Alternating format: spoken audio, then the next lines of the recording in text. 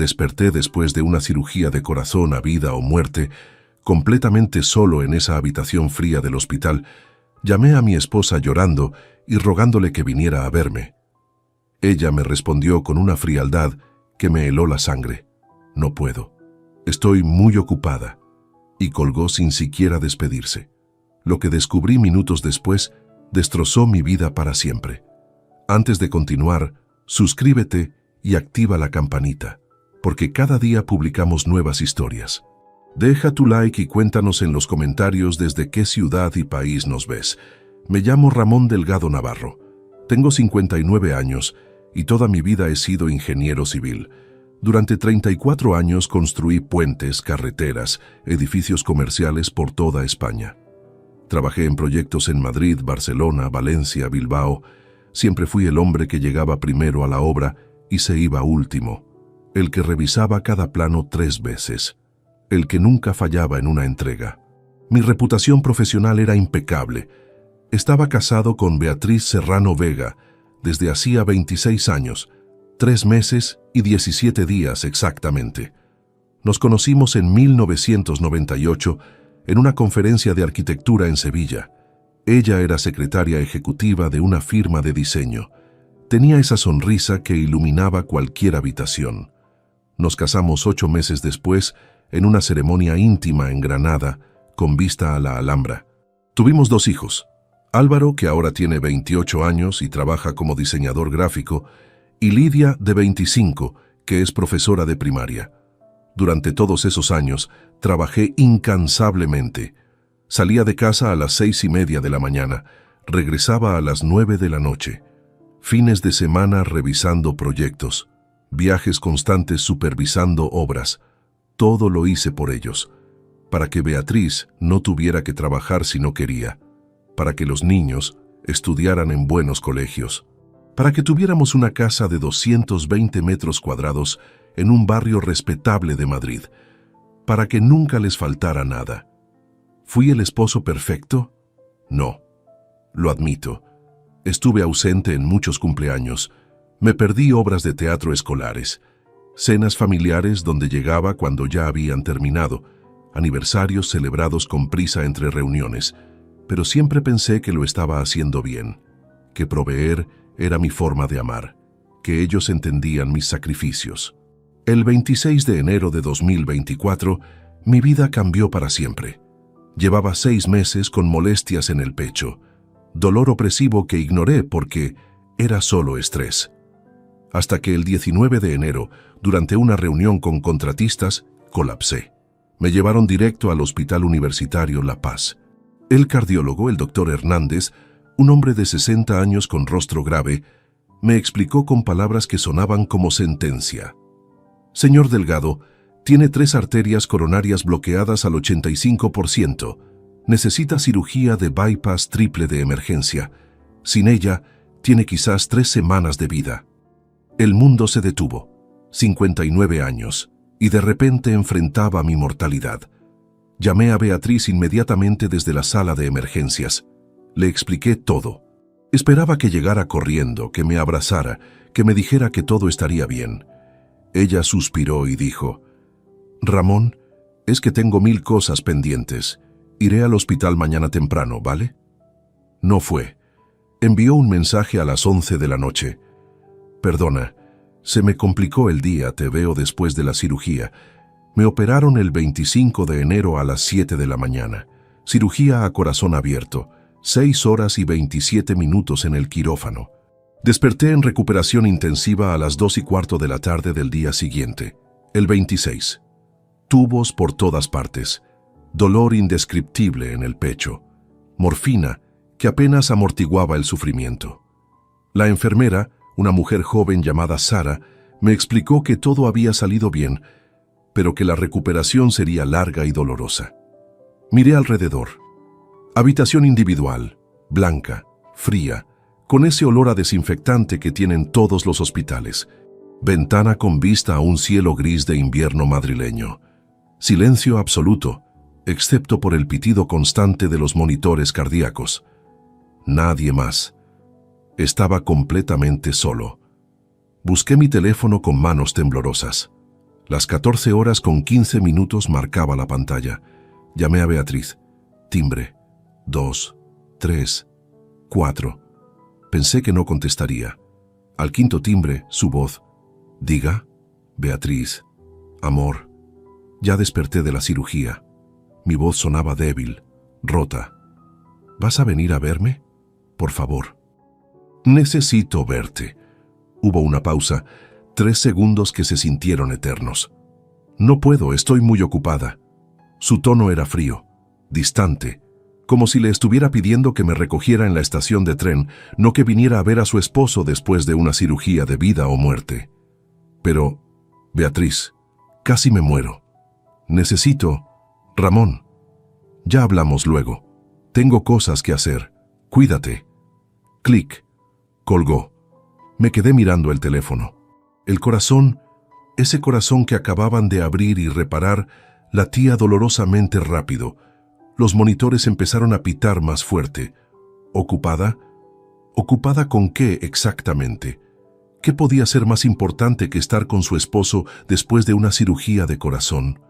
Las lágrimas comenzaron a correr por mis mejillas, no por el dolor físico, por algo mucho peor, por la certeza helada de que algo estaba terriblemente mal. Permanecí allí tendido, mirando el techo blanco de esa habitación que olía a lejía y medicamentos. El teléfono todavía en mi mano derecha, la pantalla mostrando que la llamada había durado apenas 43 segundos. Mi mente daba vueltas intentando encontrar una explicación lógica. Quizás tenía una emergencia familiar, tal vez su madre estaba enferma, o algún problema con Álvaro o Lidia que no quería preocuparme mientras me recuperaba. Pero algo en su tono de voz me perturbaba profundamente. No era preocupación, no era estrés, era indiferencia pura, como si mi existencia misma fuera un inconveniente menor en su agenda del día. Miré el móvil. Tenía instalada una aplicación de seguridad conectada a las cámaras que había colocado en nuestra vivienda hacía 2 años, después de varios robos en el vecindario.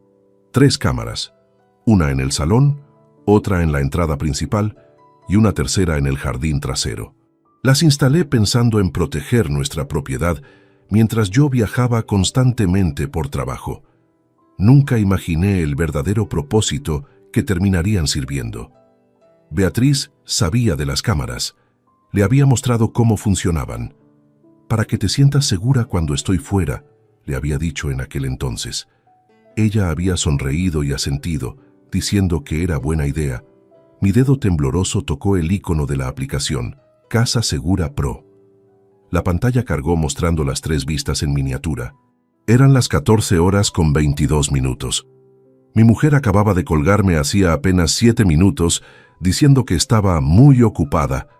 Toqué la vista del salón para ampliarla. La imagen apareció en alta definición en la pantalla de mi teléfono, y mi mundo se derrumbó completamente. Allí, en el sofá gris que habíamos comprado juntos hace 5 años, en unos grandes almacenes de IKEA, estaba Beatriz. Llevaba puesto ese vestido rojo que yo le había regalado en nuestro último aniversario, su cabello castaño suelto sobre los hombros, pero no estaba sola. Había un hombre con ella. Se estaban besando. No era un beso casual. Era apasionado, intenso, con las manos de él enredadas en su cabello, las de ella acariciando su espalda. Se separaron por un momento y ella rió. Esa risa que yo conocía también. La misma risa de cuando éramos jóvenes, la misma que no escuchaba dirigida hacia mí desde hacía años. El hombre dijo algo que no pude oír porque las cámaras no tenían audio. Ella asintió, se levantó del sofá, lo tomó de la mano. Caminaron juntos hacia el pasillo que llevaba a los dormitorios. Desaparecieron del encuadre. Me quedé paralizado. El monitor cardíaco comenzó a pitar más rápido. 110, 120, 130 pulsaciones por minuto. Sentí un peso aplastante sobre el esternón, como si alguien estuviera sentado sobre mi pecho recién operado. Retrocedí la grabación. Necesitaba ver ese rostro. Necesitaba saber quién era el hombre que estaba destruyendo mi matrimonio. La imagen se congeló cuando ambos se separaron del beso. Hice zoom con 2 dedos sobre su cara. El mundo dejó de girar. Lo reconocí instantáneamente. cada rasgo, cada gesto, la mandíbula cuadrada, la nariz ligeramente torcida de cuando se la rompió jugando fútbol a los 18 años, el lunar pequeño junto a la ceja izquierda, la forma en que inclinaba la cabeza cuando sonreía. Era Ignacio, mi hermano mayor. Ignacio Delgado Navarro, 55 años, el hombre con quien había crecido, con quien había compartido habitación durante 15 años de infancia y adolescencia, a quien había ayudado económicamente cuando su negocio de importación quebró hace 7 años, a quien le conseguí trabajo en la empresa de construcción donde yo era socio minoritario, trabajo que le pagaba 6.800 euros mensuales, a quien invitaba a todas nuestras cenas familiares, a quien mis hijos llamaban tío Nacho con cariño. Mi hermano estaba besando a mi esposa, en mi sofá, en mi casa, mientras yo estaba solo en un hospital, recuperándome de una cirugía que podría haberme matado. Las imágenes comenzaron a mezclarse frente a mis ojos.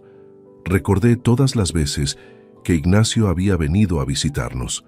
Las barbacoas de domingo, donde él ayudaba a Beatriz en la cocina, mientras yo descansaba después de semanas de trabajo extenuante. Las navidades donde él se quedaba hasta tarde, ayudando a recoger. Los cumpleaños donde parecían tener bromas privadas que yo no entendía. Ignacio y yo pensamos que deberías tomarte unas vacaciones, me había dicho Beatriz hace 3 meses. ¿Desde cuándo Ignacio y ella pensaban cosas juntos? Tu hermano me estuvo explicando esa serie que estás viendo. Suena interesante, había comentado ella en enero.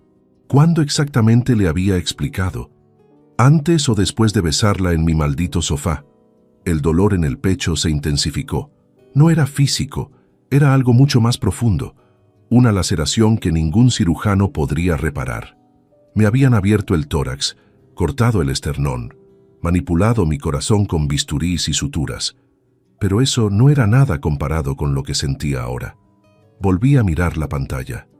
La sala vacía. Ellos todavía en algún lugar de mi casa, probablemente en mi dormitorio, en mi cama.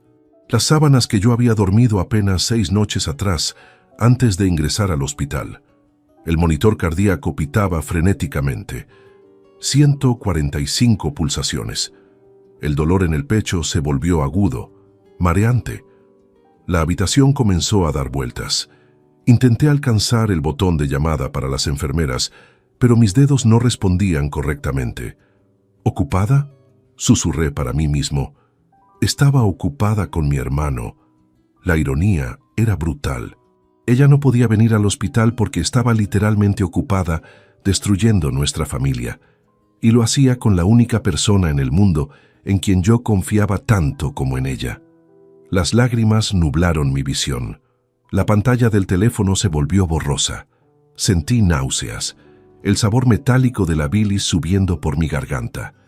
El pitido del monitor se convirtió en un sonido continuo y estridente. Miré el reloj de pared. Las 14:51. Lo último que recuerdo antes de perder la conciencia fue la puerta abriéndose bruscamente y voces gritando. Sara, la enfermera, corriendo hacia mí. Más personal médico. Alguien revisando los monitores, manos ajustando los tubos intravenosos. Y entonces, oscuridad absoluta. Desperté 12 horas después, las 3 de la madrugada según el reloj digital en la pared. Sara estaba revisando mis signos vitales con una linterna pequeña. Me vio abrir los ojos y sonrió con alivio profesional. Señor Delgado nos dio un buen susto. Su ritmo cardíaco se disparó peligrosamente. Tuvimos que sedarlo. ¿Cómo se encuentra ahora? Bien, mentí. Mi voz sonaba ronca, vacía. ¿Puedo tener agua? Ella me acercó un vaso con pajita.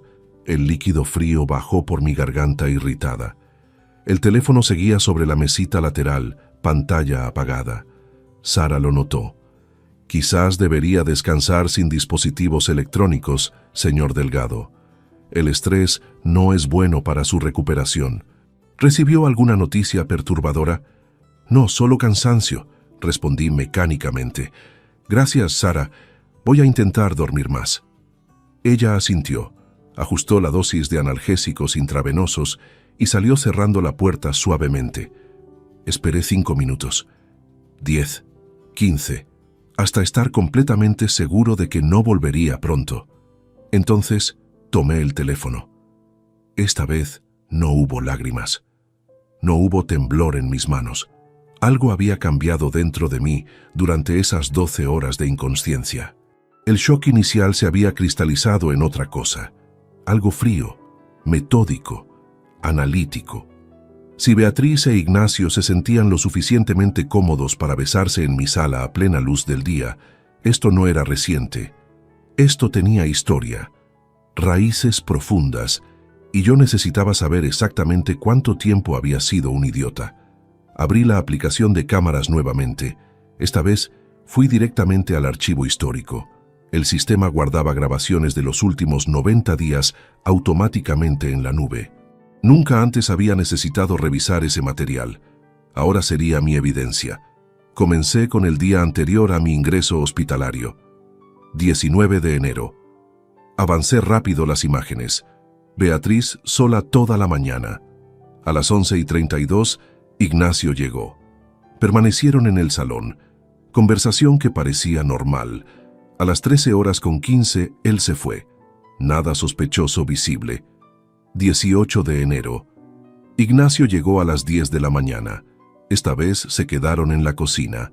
Café, charla. A las 11:40, cuando pensé que se iría en lugar de eso, ambos caminaron hacia el pasillo. Cámara del salón los perdió. Regresaron 53 minutos después. Beatriz tenía el cabello diferente, más despeinado. Ignacio se acomodaba la camisa. Sentí ese nudo en el estómago nuevamente, pero lo forcé hacia abajo. Seguí revisando. 16 de enero. Ignacio. 11 de la mañana hasta las 14 horas. 14 de enero. Ignacio. 10:30 hasta las 13:30. 11 de enero. Ignacio. 12 del mediodía hasta casi las 15 horas. Un patrón emergió con claridad brutal. Cada 2 o 3 días, siempre por las mañanas, siempre cuando yo estaba en obras supervisando proyectos, siempre duraciones de 2 a 4 horas.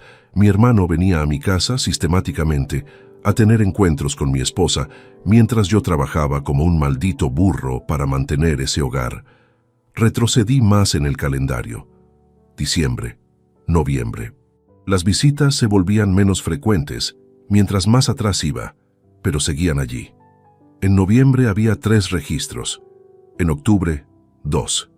En septiembre, uno que alcancé a ver donde compartían vino en el sofá, sus cuerpos demasiado cerca para ser inocente. Durante 6 días completos en ese hospital, mientras los médicos monitoreaban mi corazón reparado, mientras las enfermeras cambiaban vendajes y ajustaban medicación, mientras yo recibía dieta líquida y caminaba lentamente por los pasillos para recuperar fuerza, no le dije absolutamente nada a nadie sobre lo que había descubierto. Beatriz llamó exactamente 4 veces en esos 6 días, llamadas cortísimas, frías, funcionales. ¿Cómo estás? Bien, me alegro. Tengo diligencias. Hablamos luego. ¿Te están tratando bien? Perfecto, tengo una comida con amigas, te veo pronto. ¿Necesitas que te lleve algo? No, vale, estoy ocupada con unas compras. ¿Ya sabes cuándo te dan de alta? Ah, en 2 días. Avísame la hora exacta. Ni una sola vez vino a visitarme. Ni una. Su esposo acababa de sobrevivir a una cirugía cardíaca mayor, y ella no apareció ni 30 minutos durante 6 días enteros.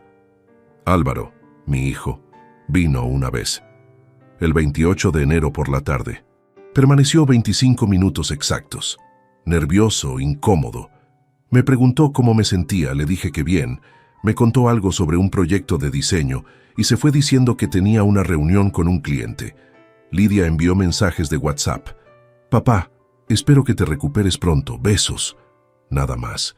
Pero Ignacio, mi querido hermano, el que se estaba acostando con mi esposa en mi propia casa, ese sí tuvo la cara dura de visitarme. Vino el 29 de enero a las 11 de la mañana. Entró con una bolsa de uvas y una revista. Ramón, hermano, ¿cómo te encuentras? Lo miré fijamente. Estudié su rostro buscando algún indicio de culpa, vergüenza, remordimiento, nada. Solo esa sonrisa fraternal falsa que ahora reconocía por lo que realmente era.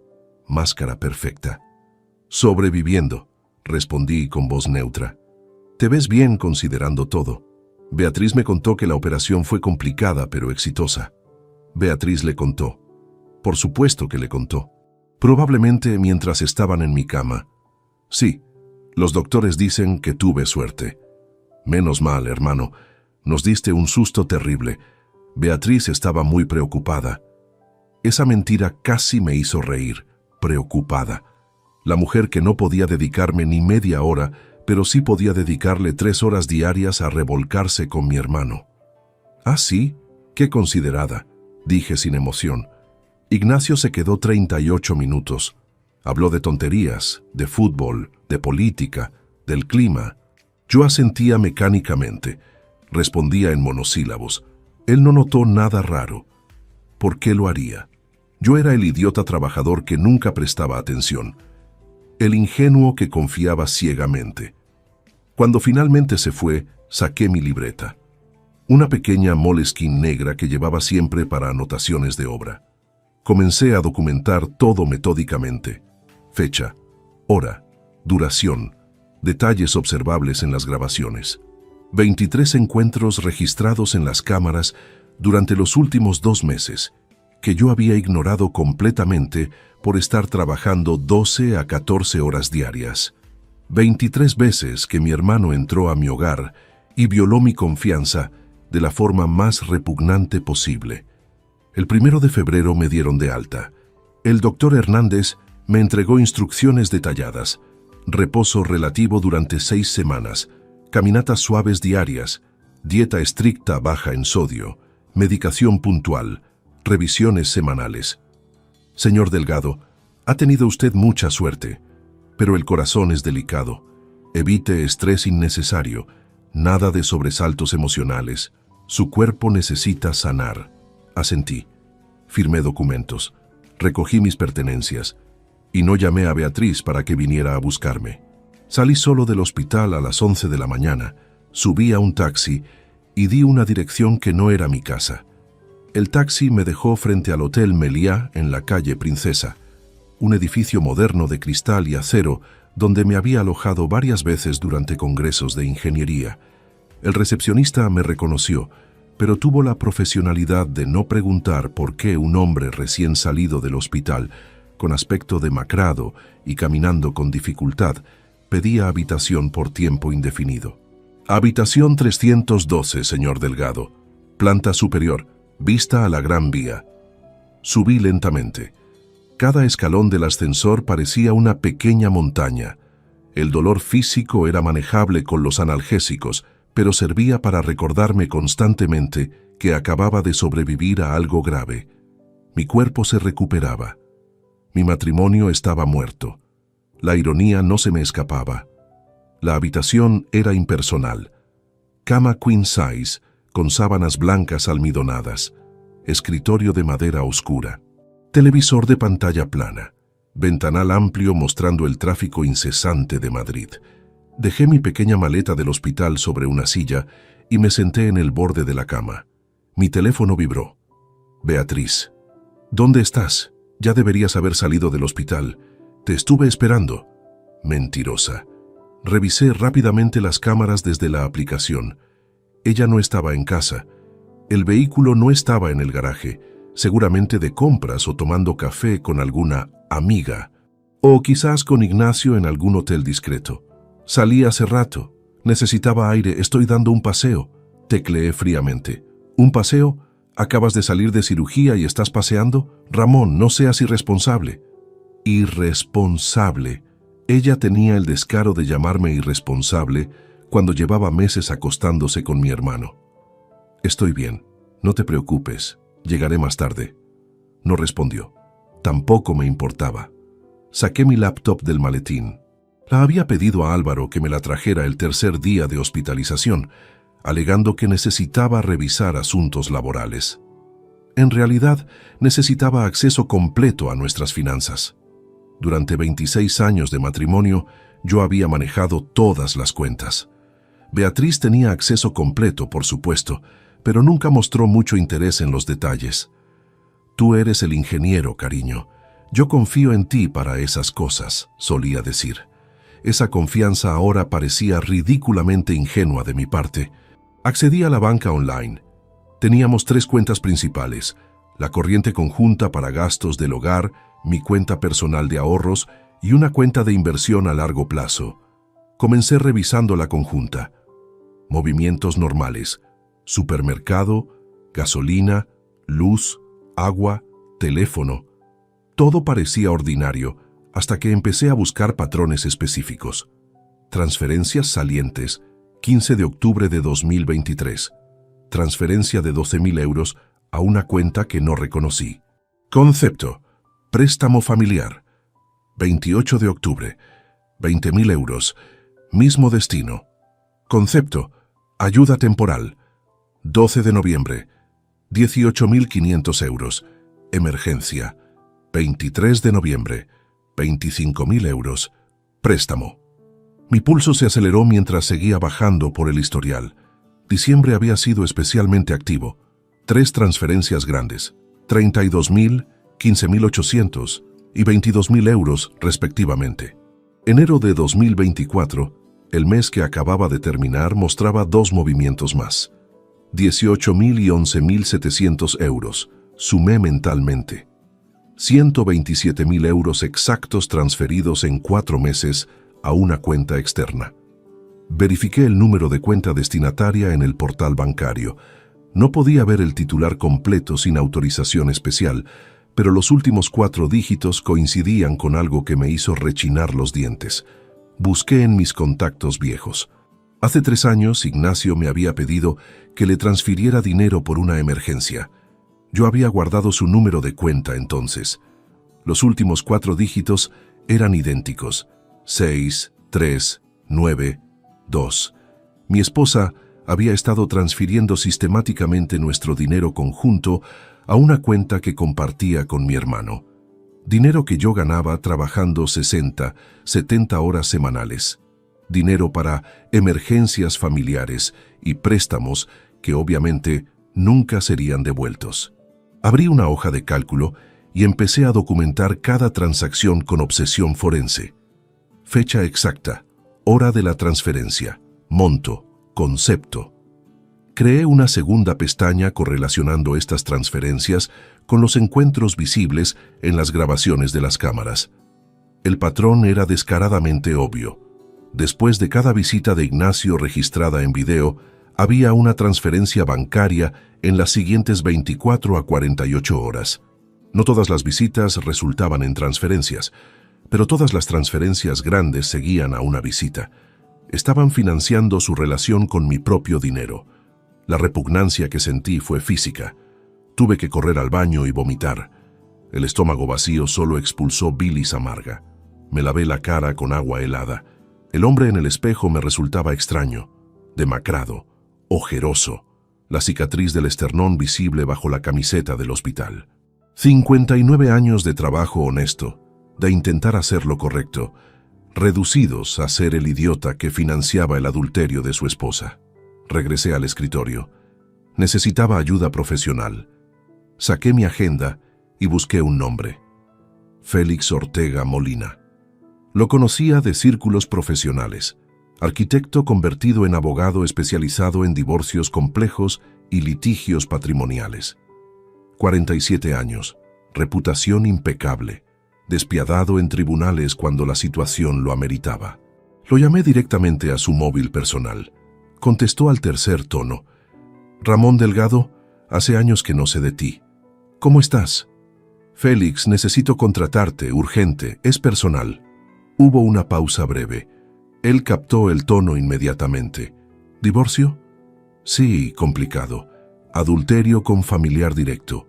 Apropiación indebida de fondos conjuntos. Necesito documentar todo legalmente antes de que se den cuenta de que lo sé. ¿Dónde estás? Hotel Meliá, habitación 312. Dame 40 minutos. Colgó sin más preámbulos. Ese era Félix. Directo. Eficiente. Exactamente lo que necesitaba. Mientras esperaba, Continué excavando en nuestras finanzas. La cuenta de ahorros personal, afortunadamente, estaba intacta. 340.000 euros que había acumulado durante décadas. La cuenta de inversión también permanecía sin tocar. 560.000 euros en fondos indexados y bonos del gobierno. Pero revisé más profundamente los extractos de la tarjeta de crédito conjunta. Gastos en restaurantes que reconocía. La Broche, un italiano caro en Chamberí, 230 euros una noche de noviembre. Coque, un gastronómico con estrella Michelin, 380 euros en diciembre. Hotel Villa Magna, habitación doble con desayuno incluido, 420 euros. Fecha, 3 de enero. Yo estaba en Bilbao supervisando un proyecto ese día. Beatriz me había dicho que se quedaba en casa con dolor de cabeza. La traición tenía precio, y yo había estado pagándolo sin saberlo. Félix llegó exactamente 37 minutos después de nuestra llamada. Alto, delgado, con ese porte profesional que imponía respeto inmediato. Traje gris oscuro impecable, maletín de cuero envejecido en mano derecha. Me observó con ojo clínico antes de estrechar mi mano con cuidado, notando mi fragilidad física. «Te ves terrible, Ramón. ¿Qué te pasó?» «Cirugía de corazón hace 8 días, triple bypass. Madre mía. ¿Y ya estás lidiando con divorcio? Esto debe ser grave». Le conté todo, sin omitir detalles. La llamada desde el hospital, las cámaras de seguridad, mi hermano, los besos, las transferencias bancarias, los 127.000 euros. Félix escuchaba tomando notas en una tablet, su expresión profesionalmente neutra, excepto por un ligero apretón de mandíbula cuando mencioné que el amante era Ignacio. Adulterio con cuñado, desviación de fondos matrimoniales. Esto es suficiente para un divorcio muy favorable, pero necesitamos documentación sólida. Todo lo que tienes ahora es circunstancial excepto las grabaciones de las cámaras. ¿Qué necesitas? Primero, acceso completo a todas tus cuentas bancarias. Segundo, autorización para solicitar extractos detallados de los últimos 18 meses. Tercero, copias forenses de las grabaciones con certificación de fecha y hora. Cuarto, necesito que contrates un investigador privado para documentación adicional. Lo que sea necesario. ¿Beatriz sabe que estás aquí? No. Cree que estoy dando un paseo por la ciudad. Perfecto. Mantén esa ficción. Vuelve a casa hoy mismo. Actúa absolutamente normal. No cambies ni un solo comportamiento. Ella no puede sospechar que sabes algo hasta que tengamos todo preparado. ¿Puedes hacer eso? Puedo, respondí con voz helada. Félix pasó las siguientes 3 horas en mi habitación. Conectó su laptop a la mía. Descargó extractos bancarios completos. Los analizó metódicamente mientras yo continuaba revisando las tarjetas de crédito, esta vez ampliando el rango temporal. Y allí fue donde la magnitud completa de la traición se reveló como un tumor maligno expuesto bajo luz quirúrgica. Retrocedí 18 meses completos, hasta septiembre de 2022. Gastos pequeños al principio, cenas ocasionales en restaurantes que yo no frecuentaba, nada particularmente alarmante. Pero en noviembre de 2022, el patrón cambió dramáticamente. Hotel Barceló en Marbella, reserva de 3 noches, 1.200 euros, fechas, 23 al 26 de noviembre de 2022. Yo estaba en Alemania esos días, en una conferencia de ingeniería civil en Berlín.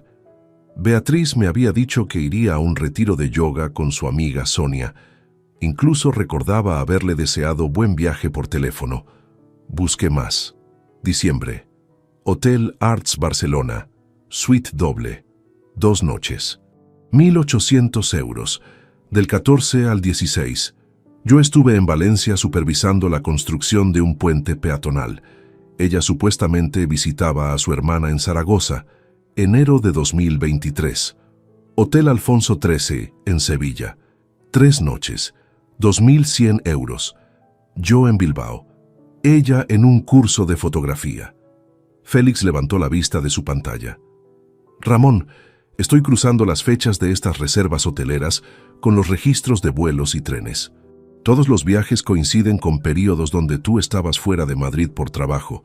Y hay más. Los billetes de tren a estas ciudades fueron comprados con la tarjeta conjunta, 2 billetes cada vez, ida y vuelta. Mi estómago se contrajo nuevamente. ¿Puedes identificar quién viajó? Los nombres de pasajeros en billetes de tren no aparecen en extractos bancarios, solo el número de tickets. Pero el patrón es obvio. 2 billetes, habitaciones dobles, siempre cuando estabas de viaje.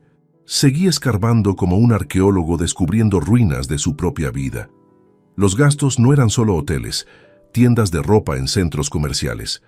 3.200 euros en el Corte Inglés de Castellana en febrero de 2023. 1.900 en Zara y Massimo Dutti en marzo. Joyería Suárez en abril. 4.500 euros en un brazalete que nunca vi a Beatriz usar. Restaurantes caros en cada ciudad visitada. El Cellar de Can Roca en Girona. 650 euros una noche de mayo. Quique da Costa en Denia. 720 euros en junio. Diverso en Madrid. 890 euros en julio. Estaban disfrutando de mi trabajo, cenando en restaurantes que yo apenas podía permitirme visitar una vez al año, usando mi dinero ganado con 60 horas semanales de ingeniería, mientras yo comía bocadillos en obras de construcción. Félix, suma todo. Necesito un número exacto. Él trabajó en silencio durante 20 minutos, creando una hoja de cálculo detallada. Categorías: hoteles, restaurantes, compras, transferencias directas, billetes de transporte, otros gastos recreativos. Finalmente giró la pantalla hacia mí. Desde noviembre de 2022 hasta enero de 2024. 14 meses completos. Total desviado de cuentas conjuntas y tarjetas de crédito compartidas. 184.300 euros exactos. El número flotó frente a mis ojos.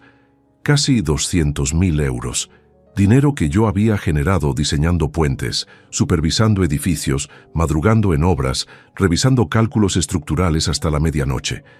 Dinero que debería haber sido para la jubilación que planeábamos juntos, para viajes que nunca hicimos, porque más adelante, cuando tengas menos trabajo. Para renovar la cocina que Beatriz quería, pero siempre postergábamos, excepto que ella no postergaba nada. Simplemente lo gastaba con otro hombre, con mi hermano.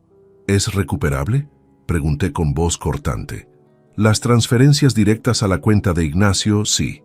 Eso es apropiación indebida demostrable. Los gastos en hoteles y restaurantes son más complicados porque técnicamente ella tenía autorización para usar las tarjetas conjuntas. Pero en un divorcio contencioso con adulterio probado, el juez considerará estos gastos como detrimento patrimonial intencional. Servirán para ajustar la división de bienes a tu favor. Quiero todo documentado, cada céntimo, cada hotel, cada cena, cada maldita transferencia. Lo tendrás. Ahora escúchame, Ramón. Esto va a doler mucho más antes de mejorar. Necesitas prepararte mentalmente para lo que viene. Volver a esa casa, fingir normalidad, dormir en la misma cama donde probablemente... Lo sé, lo interrumpí. Puedo hacerlo. Ya no siento nada excepto frío. Y era verdad. Algo se había apagado dentro de mí durante esos días. El amor, la confianza, incluso la rabia caliente inicial, todo se había congelado en determinación glacial. Félix cerró su laptop. Mañana enviaré a Rodrigo Zamora, el mejor investigador privado que conozco. Documentará encuentros adicionales. Obtendrá testimonios si es necesario. Mientras tanto, congela las cuentas conjuntas esta misma tarde alegando revisión rutinaria. No le digas a Beatriz. Sí, pregunta. Dile que es protocolo bancario tras tu cirugía. Regresé a casa esa misma tarde, a las 19:40. Beatriz estaba en la cocina preparando algo que olía a pollo asado. Se giró cuando escuchó la puerta, con esa sonrisa que ahora reconocía como completamente falsa. «Por fin llegas». Estaba preocupada. «¿Dónde estuviste todo el día?» «Caminando. Necesitaba pensar. El doctor dijo que el ejercicio suave es bueno para la recuperación. Deberías habérmelo dicho. Te hubiera acompañado». La mentira salió tan naturalmente de sus labios que casi fue impresionante. Esta mujer que no había venido ni una vez al hospital ahora fingía preocupación maternal. No quería molestarte. Sé que estás muy ocupada. Si captó la ironía en mi tono, no lo demostró. Simplemente asintió y volvió a sus ollas. Esa noche dormí en la cama matrimonial por primera vez desde antes de la cirugía. Cada fibra de mi cuerpo rechazaba estar allí, sabiendo lo que había ocurrido en esas sábanas. Pero me forcé. Félix tenía razón. No podía cambiar comportamientos. Beatriz se acostó junto a mí, su espalda hacia la mía como había sido habitual durante los últimos años. No hubo conversación, no hubo contacto, nada diferente a lo normal. Al día siguiente, 13 de febrero, comencé mi propia investigación silenciosa. Llamé a Álvaro con una excusa simple. «Hijo, necesito que vengas a casa mañana por la tarde. Hay asuntos legales sobre herencias y testamentos que debo actualizar después de la cirugía. Es importante». Él titubeó brevemente antes de aceptar. Esa vacilación me dijo todo lo que necesitaba saber. El 14 de febrero, día de San Valentín, irónicamente, Álvaro llegó a las 17 horas. Beatriz había salido supuestamente a una cita con el dentista. Le pedí que se sentara en mi despacho. Cerré la puerta con llave. «Papá, ¿por qué cierras?» «Porque vamos a tener una conversación seria y no quiero interrupciones». Su rostro palideció ligeramente. Se sentó en el sillón frente a mi escritorio, las manos inquietas sobre sus rodillas. «Álvaro, voy a preguntarte algo una sola vez, y necesito que me digas la verdad. ¿Cuánto tiempo llevas sabiendo que tu madre me engaña con tu tío Ignacio?» El silencio que siguió fue ensordecedor. Vi cómo procesaba las opciones. Negar, fingir sorpresa. Pero algo en mi expresión debió decirle que mentir sería inútil. Sus hombros se hundieron. 8 meses, susurró finalmente. 8 meses. Desde junio de 2023. Mientras yo trabajaba matándome para sostener esta familia, mi hijo mayor sabía que mi esposa me traicionaba y eligió el silencio. «¿Cómo te enteraste?» «Los vi. En julio del año pasado. Vine a recoger unos documentos que había dejado aquí. Entré sin avisar. Estaban en el sofá, besándose. ¿Y qué hiciste?» «Salí sin que me vieran. Después hablé con mamá. Ella lloró, me dijo que tú y ella llevaban años distanciados, que ya no había amor entre ustedes, que Ignacio la hacía sentir viva nuevamente. Me suplicó que no te dijera nada porque te mataría del disgusto con tu problema cardíaco». La manipulación era perfecta.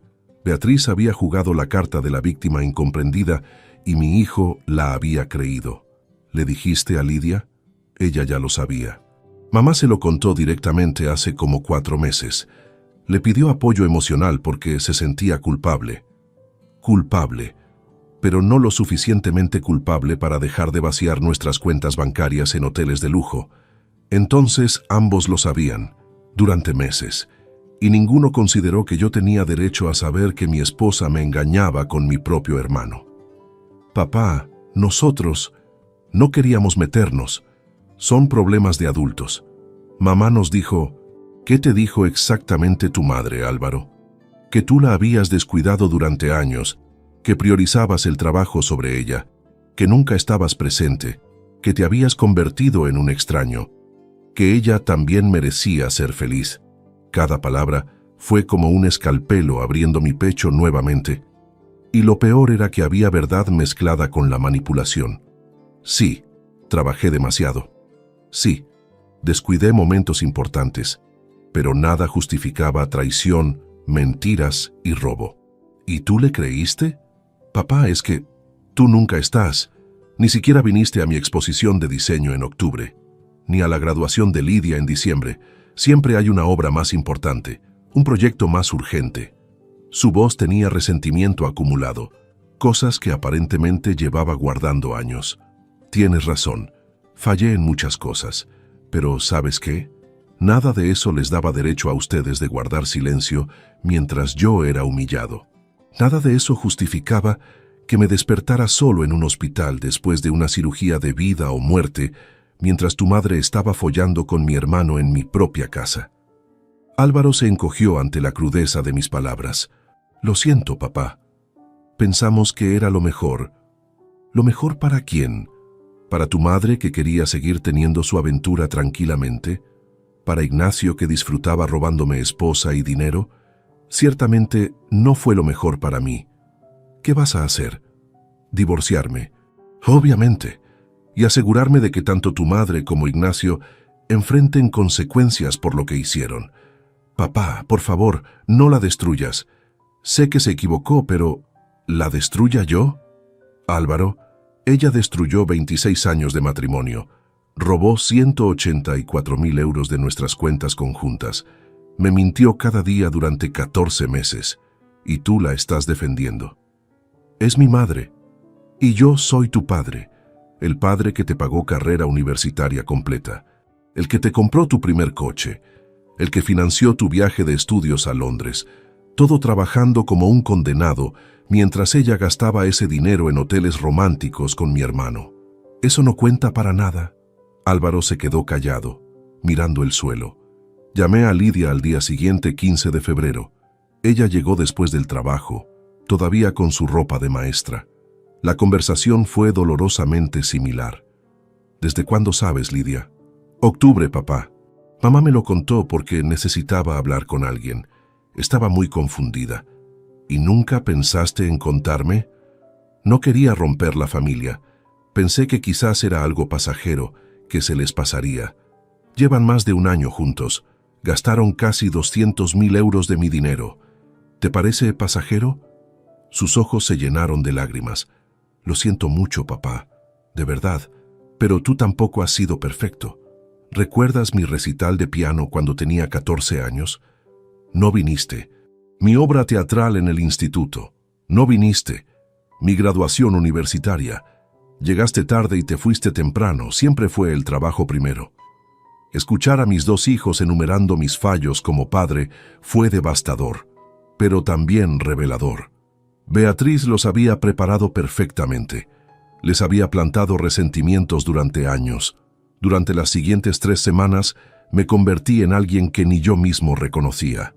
Por fuera, era el esposo recuperándose de cirugía. Caminaba 30 minutos diarios por el barrio como indicaba el doctor Hernández. Tomaba mi medicación puntualmente. Asistía a revisiones médicas semanales. Cenaba con Beatriz en silencio incómodo pero no inusual para nuestro matrimonio deteriorado. Por dentro, era un estratega meticuloso preparando el desmantelamiento completo de mi vida anterior. Rodrigo Zamora, el investigador privado recomendado por Félix, se presentó en mi oficina del hotel el 18 de febrero. Hombre de 52 años, ex policía nacional, con aspecto común que le permitía pasar desapercibido. Llevaba 30 años documentando infidelidades. Señor Delgado, necesito fotografías recientes de ambos objetivos y sus rutinas habituales. Le proporcioné todo, fotos de Beatriz e Ignacio, horarios, direcciones, matrícula del vehículo de mi hermano, ubicación de su apartamento en Argüelles, los días y horarios aproximados de sus encuentros según los patrones de las cámaras. ¿Qué necesita exactamente? Evidencia fotográfica de alta calidad en espacios públicos, entradas y salidas conjuntas de hoteles, comportamiento afectivo visible, compras juntos, todo con fecha y hora certificada. Las grabaciones de sus cámaras domésticas son excelentes, pero necesitamos complementarlas con documentación externa que demuestre que esto no se limita a su hogar. Durante los siguientes 12 días, Rodrigo siguió a Beatriz e Ignacio como sombra invisible. Me enviaba reportes diarios cifrados por correo electrónico. Cada mensaje era un golpe adicional, pero ya no sentía dolor. Solo fría satisfacción de ver el caso construirse ladrillo por ladrillo. 20 de febrero. Beatriz e Ignacio almorzaron en restaurante La Manduca de Asagra. Entrada a las 14 horas con 18 minutos. Salida a las 16 horas con 43. Rodrigo adjuntó 12 fotografías, ellos tomados de la mano cruzando la calle, un beso en la mejilla al entrar, riendo juntos sobre una mesa esquinera. El ángulo no dejaba duda de la intimidad. 23 de febrero. Hotel Only You en Atocha. Entrada a las 11:37 de la mañana. Salida a las 15 horas con 21. 4 horas dentro. Rodrigo documentó el check-in desde el vestíbulo. Fotografía de Ignacio pagando en recepción mientras Beatriz esperaba junto a los ascensores, semioculta tras unas gafas de sol ridículamente grandes. 27 de febrero.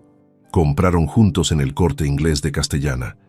Entraron a las 12 del mediodía, visitaron planta de joyería, departamento de perfumería, sección de ropa masculina. Ignacio pagó un reloj Omega valorado en 3.200 euros. Beatriz lo besó en los labios abiertamente en medio de la tienda. Rodrigo capturó la escena desde 3 ángulos diferentes. Cada informe incluía datos forenses precisos, coordenadas GPS, marcas temporales verificables, contexto fotográfico que establecía ubicación inequívoca, todo admisible en tribunal. Mientras Rodrigo trabajaba en campo, yo ejecutaba la estrategia financiera diseñada con Félix. El 20 de febrero solicité formalmente al banco la congelación temporal de las cuentas conjuntas, alegando revisión médica de capacidad financiera post-cirugía. Era un tecnicismo legal válido. Los médicos habían recetado medicación que afectaba cognición temporalmente. Suficiente justificación. El banco procesó la solicitud en 48 horas. Beatriz intentó usar la tarjeta de crédito conjunta el 23 de febrero para pagar la habitación en el Only You. Declinada. Llamó al banco inmediatamente, según me informó Félix, quien había solicitado alertas sobre cualquier contacto de ella con la entidad. Me dijeron que tú solicitaste congelación por razones médicas. ¿Qué significa eso, Ramón? Estábamos cenando. Pollo al horno que sabía a ceniza en mi boca. Mantuve tono calmado. El doctor Hernández recomendó precaución con finanzas mientras ajustan mi medicación cardíaca. Aparentemente afecta toma de decisiones. Es temporal, quizás 2 meses.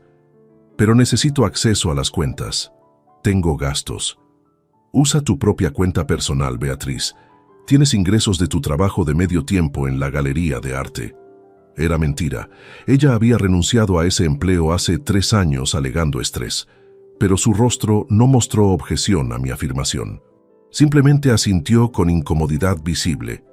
Lo que ella no sabía era que simultáneamente transferí 500.000 euros de nuestras cuentas de inversión conjunta a una cuenta nueva a mi nombre exclusivo, legalmente amparado bajo figura de protección patrimonial durante incapacidad médica temporal. Félix había redactado la documentación impecablemente, todo dentro de marcos legales que serían defendibles posteriormente. También modifiqué beneficiarios de mi seguro de vida. Beatriz había sido designada beneficiaria única de 890.000 euros en caso de mi fallecimiento. El 22 de febrero presenté formularios actualizados. Nuevos beneficiarios: Álvaro 30%, Lidia 30%, Fundación Española del Corazón 40%. Beatriz eliminada completamente. La compañía aseguradora procesó el cambio sin cuestionamientos. Era mi derecho absoluto modificar beneficiarios cuando quisiera. El 25 de febrero, Félix y yo nos reunimos nuevamente en mi habitación del Meliá. Extendió sobre la mesa todos los documentos compilados. Parecía evidencia criminal en serie televisiva. Carpeta 1. Extractos bancarios completos de 18 meses con cada transferencia sospechosa marcada en amarillo fluorescente. 184.300 euros documentados al céntimo. Carpeta 2. Compendio de 47 horas de grabaciones de cámaras domésticas editadas en formato de evidencia condensada. 23 encuentros visibles con timestamps precisos. Carpeta 3. 132 fotografías de Rodrigo Zamora mostrando a Beatriz e Ignacio juntos en espacios públicos durante 12 días de vigilancia. Cada imagen certificada notarialmente con fecha, hora y ubicación GPS. Carpeta 4. Copias de reservas hoteleras pagadas con tarjetas conjuntas. 11 viajes documentados a diferentes ciudades españolas. Billetes de tren para 2 personas en cada ocasión. Carpeta 5. Declaración jurada de Rodrigo Zamora como testigo experto. Declaración jurada de Félix como asesor legal. Declaración médica del doctor Hernández sobre mi estado de salud vulnerable durante periodo de traición. Es sólido como roca, Ramón.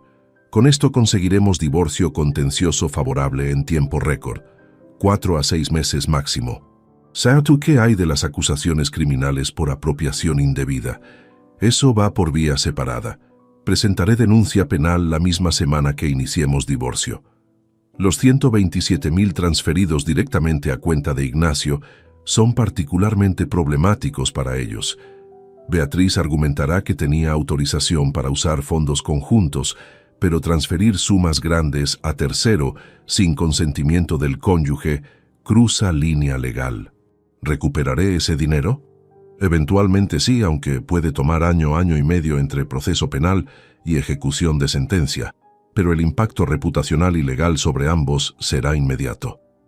Asentí lentamente.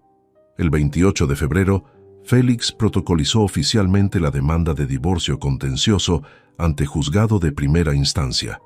Causales: adulterio continuado con familiar directo del demandante, apropiación indebida de bienes gananciales, abandono emocional durante crisis médica grave.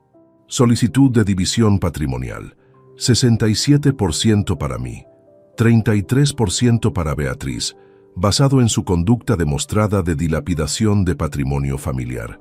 El 1 de marzo, recibí llamada de Félix a las 9 de la mañana. Todo está listo. Mañana 2 de marzo a las 17 horas. Mi despacho. He enviado notificaciones formales a los 4 convocados hace 3 días por correo certificado y email. Todos confirmaron asistencia. ¿Qué les dijiste exactamente?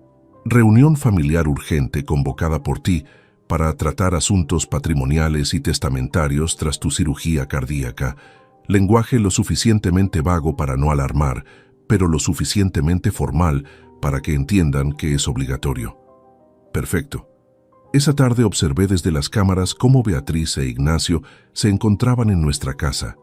Ella agitada, gesticulando mientras caminaba de un lado a otro del salón. Él sentado en el sofá, aparentemente tranquilo. Sin audio era imposible saber qué discutían, pero el lenguaje corporal era revelador. Beatriz señalaba hacia arriba repetidamente, probablemente refiriéndose a mí. Ignacio la calmaba con gestos de manos, tocando su brazo en un gesto que pretendía ser reconfortante. Estaban preocupados. Bien, la noche del 1 de marzo fue la última que pasé en esa casa. Hice mi maleta con lo esencial mientras Beatriz dormía. Ropa, documentos personales, laptop, algunos libros. Dejé todo lo demás. Muebles, cuadros, electrodomésticos, nada de eso importaba ya. Salí a las 6 de la madrugada con mi equipaje, dejando una nota breve en la mesa de la cocina. Tengo diligencias temprano, nos vemos en la reunión con Félix a las 5. No volví a verla hasta 17 horas después. El despacho de Félix Ortega Molina ocupaba planta completa de un edificio corporativo en Distrito Salamanca. Elegante, pero no ostentoso. Recepción con mármol gris, cuadros abstractos en paredes blancas, sofás de cuero color crema. La secretaria, mujer de unos 40 años con aspecto eficiente, me saludó por mi nombre. Señor Delgado, el licenciado Ortega lo espera en sala de juntas. Por favor, sígame. Me guió por pasillo alfombrado hasta puerta doble de madera oscura. La sala era espaciosa, mesa de conferencias para 12 personas, una pared completamente acristalada con vista panorámica a Paseo de la Castellana. Sistema de proyección multimedia profesional. 2 cámaras de video discretamente montadas en esquinas opuestas. Félix revisaba documentos junto a 2 hombres que no conocía. Me los presentó formalmente. Ramón, ellos son el notario Esteban Márquez Ruiz y su asistente legal Antonio Vidal. Certificarán todo lo que ocurra aquí hoy como testigos oficiales. También está Julio Hernández, videógrafo profesional, quien documentará la reunión completa. Un tercer hombre, junto al equipo de proyección, asintió brevemente. Profesional, silencioso, casi invisible. ¿Todo preparado?, pregunté. Cada detalle, respondió Félix. Señaló hacia la mesa, donde había 5 carpetas idénticas de cartón manila, cada una etiquetada con un nombre. Beatriz Serrano Vega, Ignacio Delgado Navarro, Álvaro Delgado Serrano, Lidia Delgado Serrano, copia tribunal. Dentro de cada carpeta, descansaba la evidencia compilada durante 6 semanas. Versión resumida pero devastadoramente completa. Extractos bancarios, fotografías seleccionadas, cronología detallada, lista de testigos, todo presentado con neutralidad legal que lo hacía aún más brutal. Álvaro llegó primero, 16 horas con 42 minutos. Traje casual pero arreglado. Nerviosismo visible en cómo se pasaba la mano por el cabello repetidamente. Me vio y forzó sonrisa incómoda. «Papá, ¿de qué se trata todo esto? Tu mensaje sonaba muy formal». «Toma asiento, hijo. Esperaremos a que lleguen todos». Lidia apareció 7 minutos después, vestido conservador de maestra, bolso colgado del hombro. Sus ojos me buscaron inmediatamente, intentando leer mi expresión. No le di nada. Rostro neutro, profesional. «Hola, papá». «Álvaro». «¿Qué?» «Siéntate, Lidia. Ya empezaremos». Interrumpí suavemente. Beatriz e Ignacio llegaron juntos exactamente a las 17 horas. Por supuesto que juntos. Probablemente habían coordinado su llegada, ensayado sus respuestas, preparado su estrategia. Beatriz llevaba ese conjunto beige que siempre usaba para ocasiones donde quería parecer respetable. Ignacio con chaqueta deportiva sobre camisa blanca. La imagen de ciudadanos honorables. Entraron a la sala y el ambiente cambió instantáneamente. Beatriz me vio sentado en cabecera de la mesa, luego a Félix a mi derecha, después a los 2 notarios con sus portafolios oficiales, finalmente al videógrafo junto a su equipo. Su rostro palideció 3 tonos. «Ramón, ¿qué es todo esto?» Su voz intentaba sonar casual, pero temblaba ligeramente. «Es una reunión familiar importante, Beatriz, como indiqué en la convocatoria. Por favor, tomen asiento ambos». Ignacio mantenía compostura mejor que ella, pero noté cómo su mandíbula se tensó al ver las carpetas sobre la mesa. Instinto le decía que algo iba mal, muy mal. Se sentaron en lado opuesto de la mesa. Beatriz entre Álvaro y Lidia. Ignacio en extremo, ligeramente apartado como si inconscientemente intentara mantener distancia del grupo familiar. Félix se puso de pie. Voz profesional, clara, sin emoción. «Buenas tardes.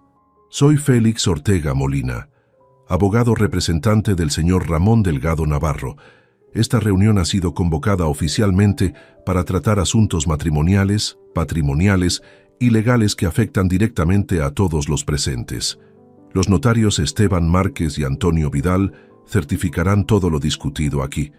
El videógrafo Julio Hernández documentará la sesión completa con audio y video de calidad legal. ¿Alguna objeción?» Beatriz abrió la boca, la cerró. Miró a Ignacio. Él negó casi imperceptiblemente con la cabeza. «Mensaje claro. No hagas escándalo todavía». «Ninguna objeción», respondió Ignacio con voz controlada. «Aunque me gustaría entender el propósito exacto de tanta formalidad». «Lo entenderán en breve», respondí yo.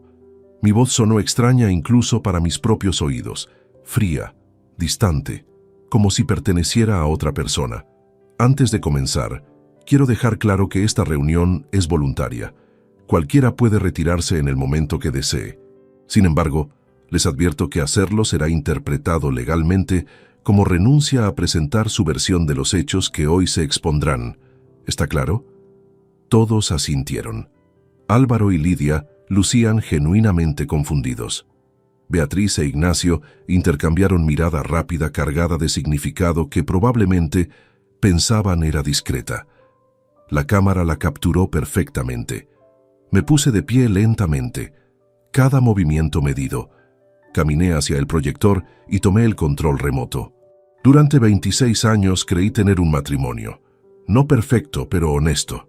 Durante 55 años creí tener un hermano leal.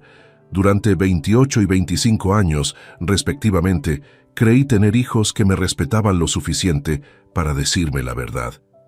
Hoy descubrirán todos ustedes exactamente cuánto me equivoqué. Presioné el botón. La pantalla se iluminó. La primera imagen apareció en la pantalla de 2 metros de ancho. Fotografía de alta definición. Beatriz e Ignacio caminando por la calle Serrano, manos entrelazadas, a plena luz del día. Fecha sobreimpresa en esquina inferior derecha. 20 de febrero de 2024. 14:23 horas. Beatriz ahogó un grito. Ignacio se puso tenso como cable de acero. Esto es de hace 11 días, dije con voz calmada. 3 semanas después de mi cirugía a corazón abierto. Siguiente imagen. Los dos entrando al restaurante La Manduca de Asagra. Él sosteniendo la puerta para ella con gesto caballeroso que debería haberme correspondido a mí. Siguiente. Sentados en mesa esquinera. Beatriz riendo.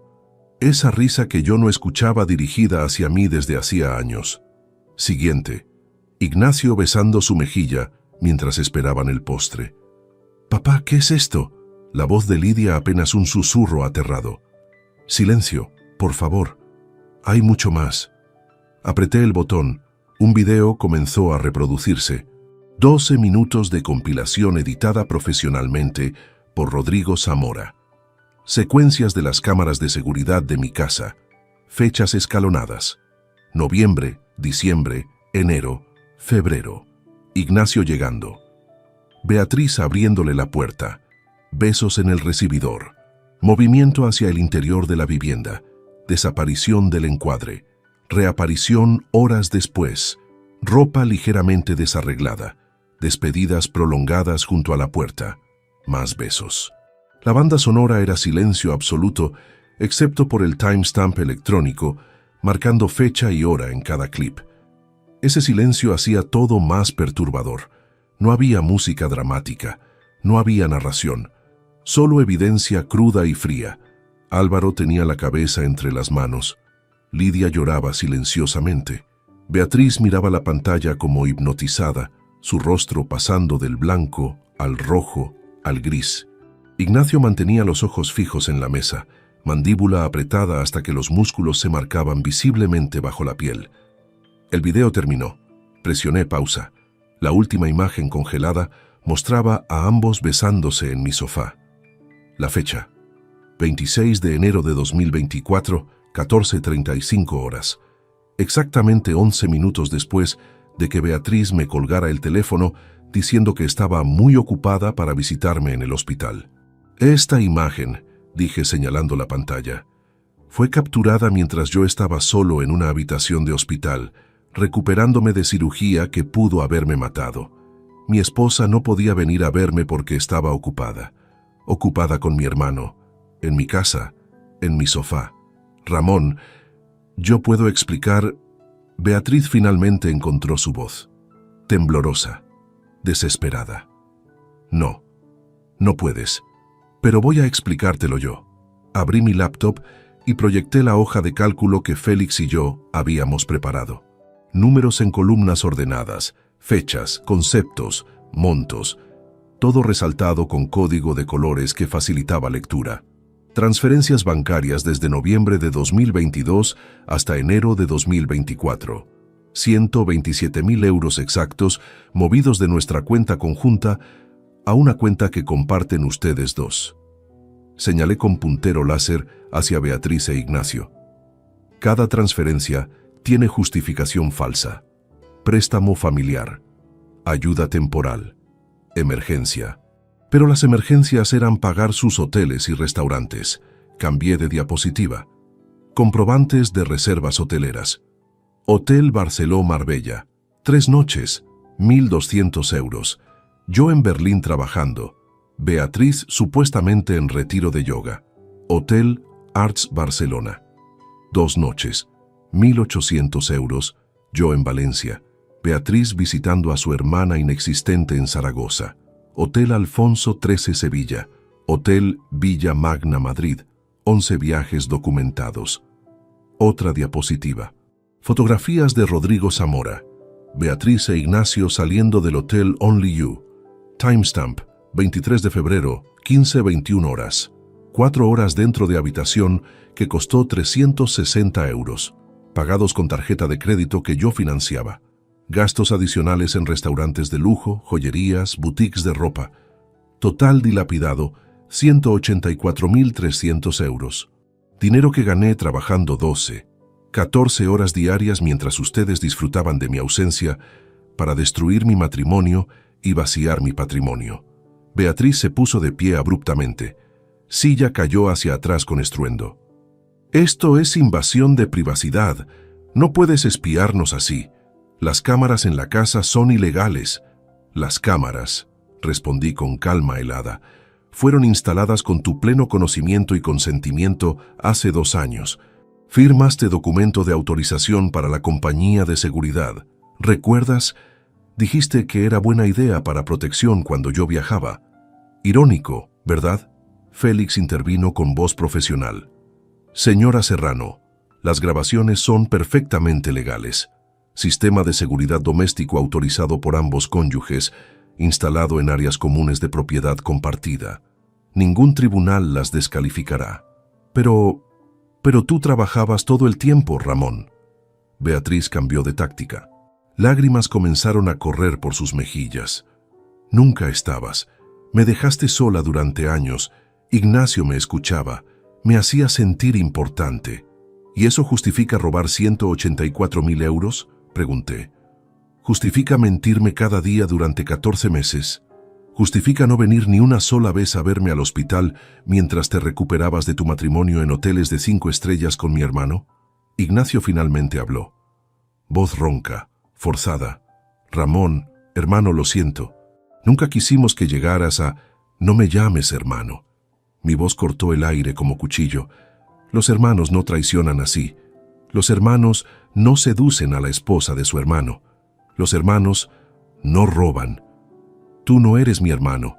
Eres un extraño que comparte mi apellido. Papá, esto es... No puedo creer... Álvaro miraba alternativamente la pantalla y a su madre. Horror puro en su expresión. Ustedes dos, giré hacia mis hijos, sabían. Durante 8 meses supieron que esto ocurría y eligieron proteger la mentira. Tuvieron múltiples oportunidades de decirme la verdad. No lo hicieron. Y ahora enfrentarán las consecuencias de esa decisión. Lidia sollozaba abiertamente. Papá, lo siento. Mamá nos dijo que te mataría saberlo, que tu corazón no resistiría. Pensamos que era mejor no decir nada. Entonces déjenme aclarar algo. Me incliné sobre la mesa, manos apoyadas en superficie de madera. Lo que casi me mata no fue enterarme de la traición. Fue descubrirla solo en una cama de hospital, después de cirugía mayor, sin un solo familiar presente que me consolara. Fue darme cuenta de que toda mi familia me consideraba tan irrelevante que podían mentirme colectivamente sin remordimiento. Félix distribuyó las carpetas manila sobre la mesa, una frente a Beatriz, otra frente a Ignacio, las 2 restantes para Álvaro y Lidia. La quinta permaneció cerrada junto a los notarios. Dentro encontrarán documentación legal completa, demanda de divorcio contencioso, protocolizada ante Juzgado de Primera Instancia, número 4 de Madrid, el 28 de febrero. Denuncia penal por apropiación indebida, presentada ante Fiscalía el mismo día. Ambos procesos están en marcha. Esta reunión es cortesía informativa antes de que reciban notificaciones oficiales durante la próxima semana. Beatriz abrió su carpeta con manos temblorosas. Leyó la primera página y el color abandonó completamente su rostro. No puedes hacer esto, Ramón. Por favor, podemos arreglarlo. Ir a terapia de pareja. Yo terminaré con Ignacio. Lo prometo. Por favor, no me hagas esto. Ya lo hiciste tú. Yo simplemente estoy documentando las consecuencias. Ignacio cerró su carpeta violentamente. ¿Denuncia penal? ¿En serio vas a llevarlo tan lejos? Somos familia, por Dios. Dejamos de serlo el día que decidiste acostarte con mi esposa y robaste 127.000 euros mediante transferencias fraudulentas. Eso no es asunto familiar, es criminal. Los siguientes 4 meses fueron guerra legal meticulosamente orquestada. Beatriz contrató abogada, una tal Mercedes Campos, especialista en divorcios que intentó todas las estrategias posibles. Argumentó distanciamiento emocional previo, alegó abandono afectivo de mi parte, presentó testimonios de amigas describiendo años de mi ausencia y frialdad. Intentó desacreditar las grabaciones de seguridad como invasión de privacidad. Nada funcionó. El 12 de marzo tuvimos primera audiencia judicial. Jueza Sandra Morales Ibáñez, mujer de 58 años con reputación de dureza inquebrantable, presidía el caso. Escuchó argumentos iniciales de ambas partes durante 3 horas. Mercedes Campos pintó retrato de Beatriz como esposa abandonada que buscó consuelo emocional después de décadas de negligencia. Félix respondió proyectando extractos bancarios, mostrando gastos de lujo financiados con dinero ganancial, mientras yo trabajaba. Presentó cronología fotográfica de 11 viajes románticos. Mostró compilación de 6 minutos de las grabaciones más explícitas. La jueza Morales observó todo sin expresión. Al final de la sesión, su veredicto preliminar fue devastador para Beatriz. Entiendo que los matrimonios se deterioran. Entiendo que las personas buscan conexión emocional. Lo que no tolero es apropiación sistemática de patrimonio ganancial para financiar relación extramatrimonial. Procedemos con proceso contencioso acelerado, dada claridad de evidencia. Durante abril y mayo, el proceso avanzó con eficiencia brutal. Beatriz intentó negociar división equitativa de bienes, 50-50. Félix rechazó categóricamente cada propuesta. Mi cliente solicita 67% de patrimonio matrimonial. Su esposa dilapidó 184.000 euros en relación adúltera. Eso debe compensarse. Hubo momentos donde casi sentí lástima por Beatriz. La vi envejecer 10 años en 2 meses. Perdió peso dramáticamente, ojeras permanentes, manos que temblaban constantemente. Sus amigas la abandonaron una por una cuando el escándalo se filtró. Los vecinos cuchicheaban. El trabajo en la galería de arte que había dejado años atrás no era opción de regreso después de semejante publicidad. Ignacio enfrentó consecuencias inmediatas en el ámbito laboral. El socio mayoritario de la empresa constructora donde trabajaba, un hombre llamado Vicente Aguirre, que me conocía desde hacía 20 años, lo despidió el 15 de marzo. No puedo mantener empleado a alguien que traicionó así a un colega respetado. Es cuestión de principios, Ignacio. Recoge tus cosas hoy. 6.800 euros mensuales desaparecidos instantáneamente, sin recomendaciones laborales. Su reputación en sector constructor de Madrid destruida. Nadie quería asociarse profesionalmente con hombre que había seducido a esposa de su propio hermano. El proceso penal paralelo avanzaba más lentamente, pero inexorablemente. Fiscal del caso, Eduardo Jiménez Soto era bulldog legal. Solicitó documentación bancaria completa de Ignacio. Descubrió que los 127.000 euros habían sido usados para pagar deudas personales de él, renovar su apartamento y financiar precisamente los viajes con Beatriz. Esto configura delito de apropiación indebida agravada. El señor Delgado Navarro aprovechó relación familiar para obtener transferencias bajo falsos pretextos. Solicitamos pena de 2 años y 6 meses de prisión, más devolución íntegra del dinero con intereses. Álvaro y Lidia intentaron mediar múltiples veces. Llamadas telefónicas que no respondí. Emails que borré sin leer. Visitas a mi nuevo apartamento de hotel que rechacé en recepción. Finalmente Álvaro se presentó en oficina de Félix el 20 de abril. Déjame hablar con él 5 minutos. Solo 5. Félix me llamó. Suspiré. ¿Qué pase? Mi hijo entró a la sala de reuniones donde yo revisaba documentos. Se veía demacrado, más delgado. Obviamente esto le afectaba profundamente. Papá, por favor, mamá está destrozada, está tomando antidepresivos. No sale de casa. Esto la está matando. Tuvo 14 meses para considerar consecuencias de sus actos. No lo hizo. Pero es mi madre. No puedes destruirla así. No la estoy destruyendo yo, Álvaro. Ella se destruyó sola. Yo simplemente me estoy protegiendo legalmente de alguien que me robó, me mintió y me traicionó de la forma más humillante posible. ¿Y qué hay de nosotros? ¿De Lidia y de mí? ¿También nos vas a castigar para siempre?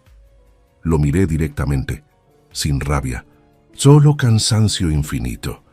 Ustedes eligieron lado cuando decidieron guardar silencio durante 8 meses.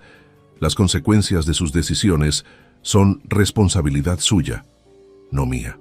No puedo creer que seas tan frío. Aprendí de los mejores. Mi esposa engañándome con mi hermano durante más de un año sin mostrar remordimiento alguno. Mis hijos protegiéndolos activamente. Excelentes maestros de frialdad. Se fue dando un portazo. No intentó contactarme nuevamente. El 3 de junio de 2024, 4 meses exactos después de aquella reunión en el despacho de Félix, la jueza Morales dictó sentencia final. Estuvimos todos presentes en sala del tribunal. Beatriz con su abogada, Ignacio con defensor público porque ya no podía pagar privado, Álvaro y Lidia en fila de público, yo junto a Félix en mesa de demandante. La jueza leyó resolución durante 17 minutos. Lenguaje legal denso, pero conclusiones cristalinas. Divorcio concedido con efectos inmediatos por causal de adulterio continuado y agravado. División patrimonial, 67% para mí, 33% para Beatriz.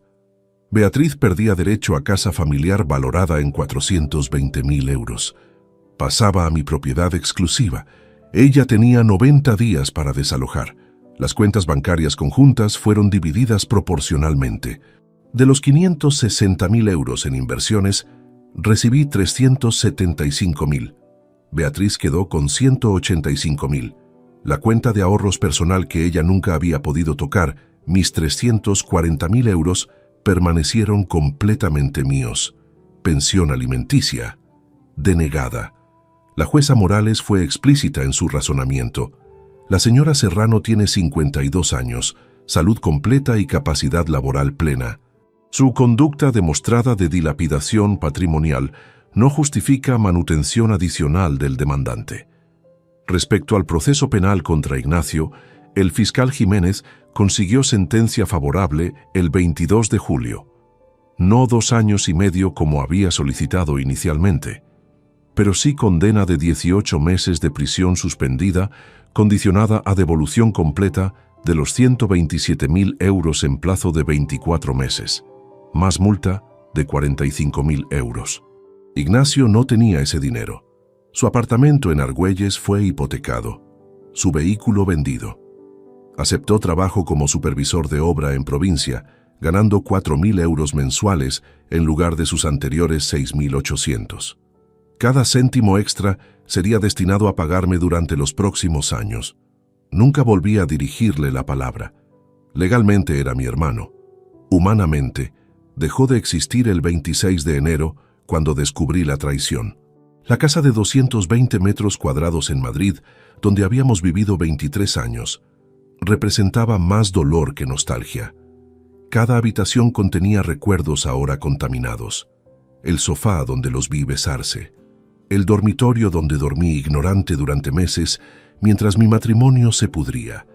La cocina donde fingí normalidad durante 6 semanas preparando mi contraataque. La puse en venta el 1 de agosto. Inmobiliaria tasó la propiedad en 435.000 euros. Tuve oferta seria en 11 días. Pareja joven con 2 niños pequeños. Cerré venta por 420.000 el 23 de agosto. Dinero transferido a mi cuenta personal. Firmé escrituras ante notario sin sentimiento alguno. Era solo una estructura de ladrillo y cemento, no un hogar. Hacía tiempo que no lo era. Valencia me llamaba. Siempre había amado esa ciudad cuando trabajé allí en proyectos varios durante mi carrera. Costa mediterránea, clima templado, ritmo de vida más humano que el de Madrid. Distancia suficiente de mi pasado para respirar. Encontré apartamento en Malvarrosa, planta 10ª de edificio moderno, 2 dormitorios, terraza amplia con vista directa al mar, 120 metros cuadrados de espacio limpio sin memorias tóxicas. Lo compré por 280.000 euros en septiembre. Me mudé el 12 de octubre, llevando solo ropa, libros y laptop. Todo lo demás quedó atrás. Álvaro intentó verme una última vez. Apareció en Valencia sin avisar el 3 de noviembre. Portero del edificio me llamó por interfono. «Señor Delgado, hay un joven aquí que dice ser su hijo. ¿Lo dejo subir?» «No, dígale que no vivo aquí». «Pero señor, él insiste que...» «Por favor, Rafael, Dígale que no estoy disponible y que no vuelva. Escuché voces elevadas por el interfono. Álvaro argumentando. Rafael manteniéndose firme. Finalmente silencio. No sé si lloré por esa despedida final. Quizás un poco. O quizás solo era el cansancio acumulado de 9 meses devastadores. Lidia fue más inteligente. Envió carta manuscrita, 5 páginas de caligrafía cuidadosa, intentando explicar, disculparse, suplicar perdón. La leí completa sentado en mi terraza mientras el sol se ponía sobre el Mediterráneo. Palabras sinceras probablemente, pero insuficientes. Escribí respuesta breve. Lidia, entiendo que te encontraste en situación imposible. Entiendo que tu madre te manipuló. Pero tuviste 8 meses y docenas de oportunidades para decirme la verdad. Elegiste proteger a quien me traicionaba en lugar de protegerme a mí. Esa elección tiene consecuencias permanentes. No te odio, pero tampoco puedo tenerte en mi vida. Cuando seas madre algún día entenderás por qué. Cuídate, papá. La envié por correo certificado. Nunca recibí respuesta. No esperaba una. Las semanas se convirtieron en meses. Noviembre, diciembre, enero de 2025. Mi rutina se volvió predecible pero reconfortante. Despertar a las 7, café en terraza observando el mar, caminata de 5 kilómetros por la playa, revisiones médicas mensuales que confirmaban que mi corazón sanaba perfectamente. En febrero cumplí 60 años, solo, sin familia, sin llamadas de felicitación excepto de Félix, quien se había convertido más en amigo que en abogado. ¿Cómo te sientes, Ramón? Extrañamente en paz. Y era verdad. La rabia inicial se había evaporado. El dolor agudo se convirtió en cicatriz dura pero manejable. Lo que quedaba era claridad, comprensión fría de que había dedicado décadas de mi vida a personas que no me valoraban, y ahora tenía oportunidad de dedicarme a mí mismo. Marzo llegó con propuesta inesperada. Empresa de ingeniería en Valencia buscaba consultor senior para proyectos de infraestructura costera. 20 horas semanales. Salario de 5.000 euros mensuales. Sin viajes. Sin estrés de gestión. Solo mi expertise aplicada estratégicamente. Acepté. Trabajar nuevamente me dio propósito, pero esta vez bajo mis términos. No más 60 horas semanales. No más sacrificar salud por deadlines imposibles, solo profesionalismo equilibrado.